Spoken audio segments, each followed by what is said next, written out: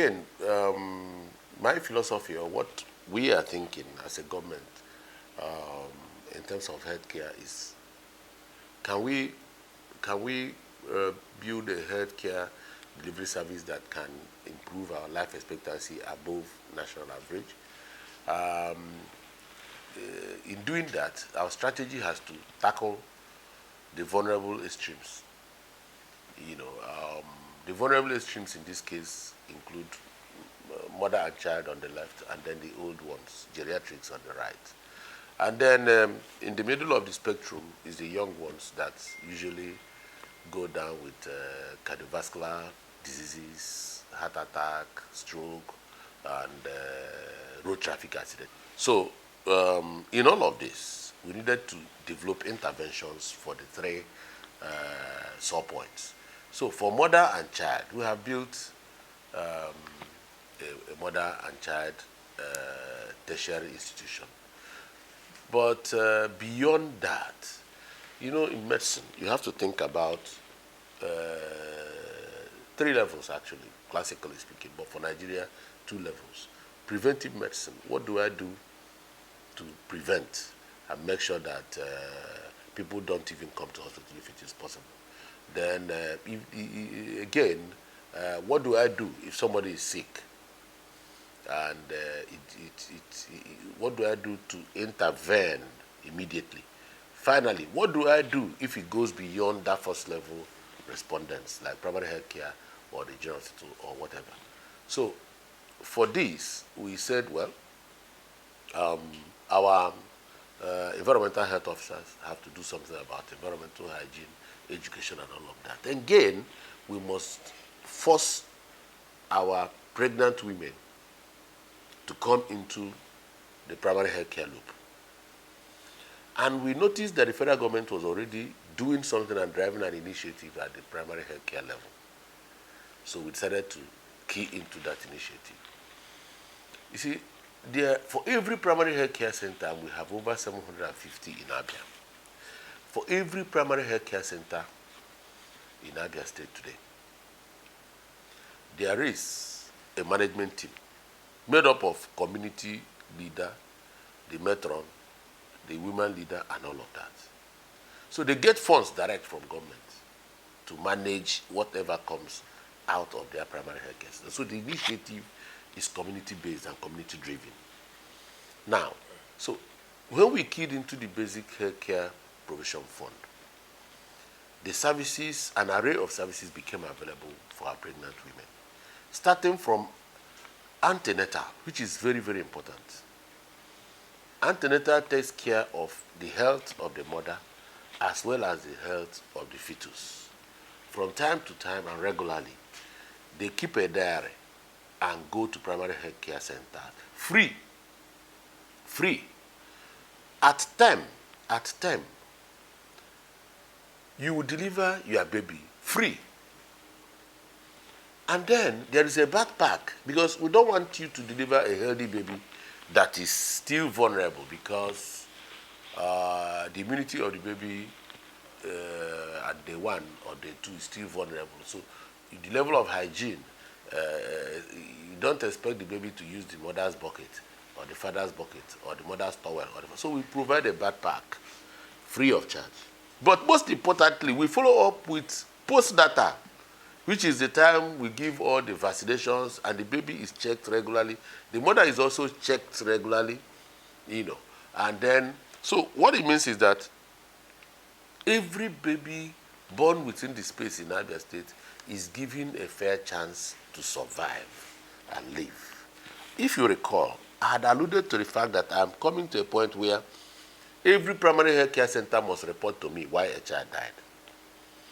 I'm there now because I monitor every primary health care center through our telehealth initiative. This is what is not found any other place in Nigeria except in Abia. Almost 70% of these primary health care centers are linked to our telehealth. So they see 15 doctors that are in our call center every day and talk to them every day. 1, the midwives and birth attendants are retrained every day. They are supervised by these doctors every day. They are taught how to use vacuum to deliver babies every day. They respond to the health of mother before and after delivery every day. So it has raised the level of care at our primary health care centers from mere primary health care centers to a place where doctors actually interface. And today, there is no other state in Nigeria that has started establishing laboratories in primary health care centers except Abia. If you go to Nkwegu Primary Health Care Center, you see a modern laboratory. If you go to Umuihe Primary Health Care Center, you see a modern laboratory, just to cite two. So what we are trying to do is to follow where my people are going to. My people are in primary health care centers today. So let me raise the bar of service at the primary health care center to the point, because what do I want to achieve? Positive outcome, healthy society. So for the geriatrics, we also started this very, very novel initiative of a geriatric outreach, going out to look out for people who are 70 years and above. Some of them are down with diabetes, some of them are down with high blood pressure. We speak to them. Dr. Sondo of Ikpeazu is handling that initiative. And we use nurses from that community. You know, some of them could have issues of personal hygiene. You know, people do not know that their toothbrush can expire. So we go and change these for these are old daddies. We advise on nutrition. We advise on proximity to the nearest primary health care center. We look at drug expiry dates, and we look at the dosage they're taking. We look at the parameters, because somebody could be on an antihypertensive drug, and something happens, maybe as a result of other clinical conditions. That drug becomes subadequate in terms of dosage, in terms of maintaining concentration within the therapeutic window in the blood over a period of time. So what you need at that time would be to either change the dosage or to try another drug. So if we see blood pressure not going down and daddy is still taking the same dosage, the same drug, and the drug has not expired, then the attendants will now advise that the doctor comes back to see what is happening and change the prescription and all of that. So these are some of the services that the geriatric, and then, so if we capture these two, for the people at the middle, we have the EMS, Abia Emergency Service, that runs on, it used to be 2 ambulances, it's 5 ambulances now.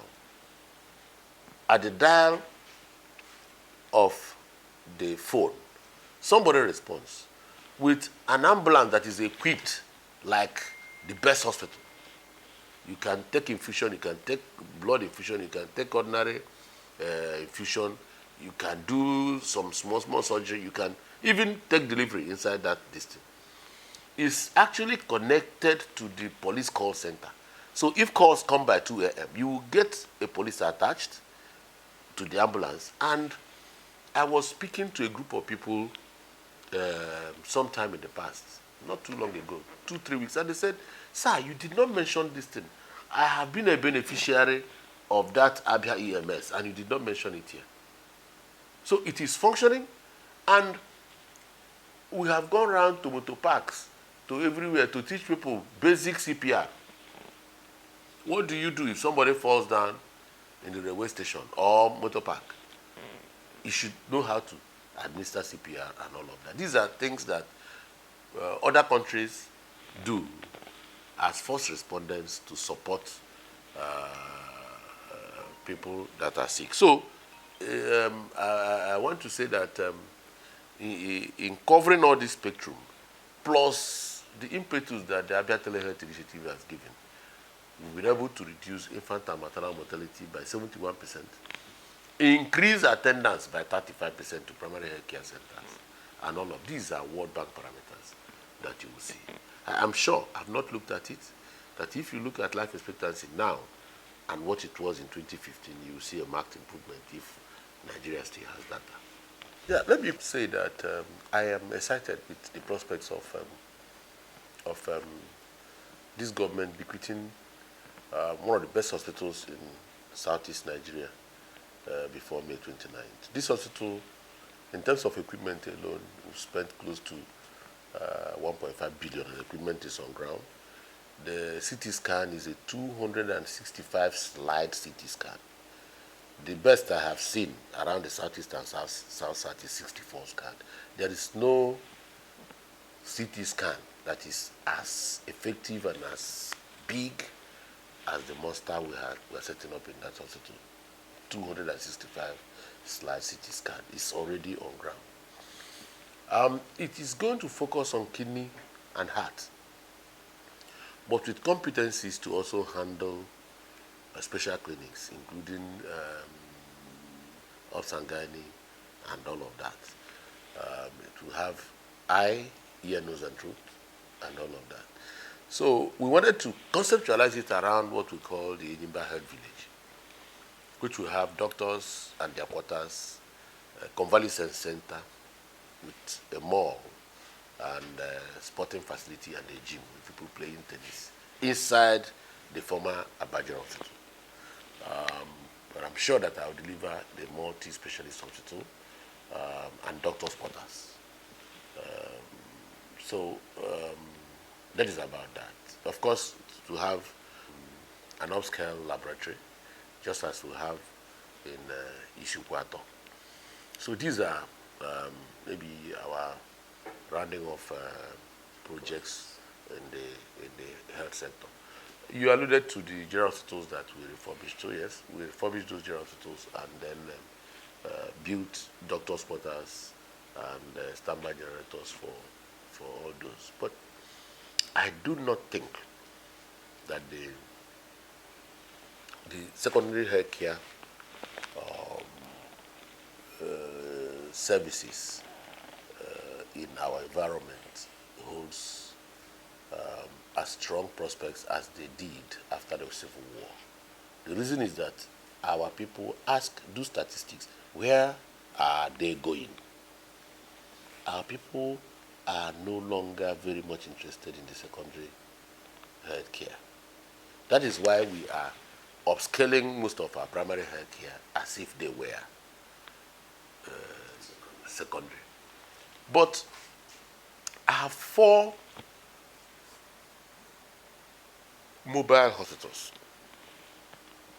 with which we are intending to bridge, and these are available now, but yet to be launched. Maybe I hope to launch them the day we will launch the multi-specialist hospital.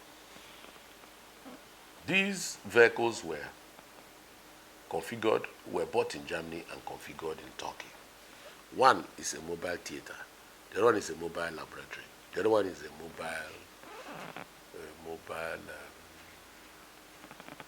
mobile hospital for obs and gynae. And the intention is that they will go on tour, so that laboratory services will be provided. All of them, they have generators, they have solar power. They have everything that you need in those vehicles. Like I said, conceptualized in Germany but configured in Turkey. They're already in Abia as I speak. So what it means is that if they are available and there are issues in the primary healthcare centers that are beyond what those vehicles can drive down and do the needful. Hoping that in future, maybe a better management paradigm will come to the fore to see what we do with our secondary healthcare. But today, most of Abians, 70–80% of our people go to primary healthcare centers. The people that do not go to primary healthcare centers are those with non-communicable diseases, diabetes, high blood pressure, and all of that. And it is for them that we're establishing the multi-specialist hospitals.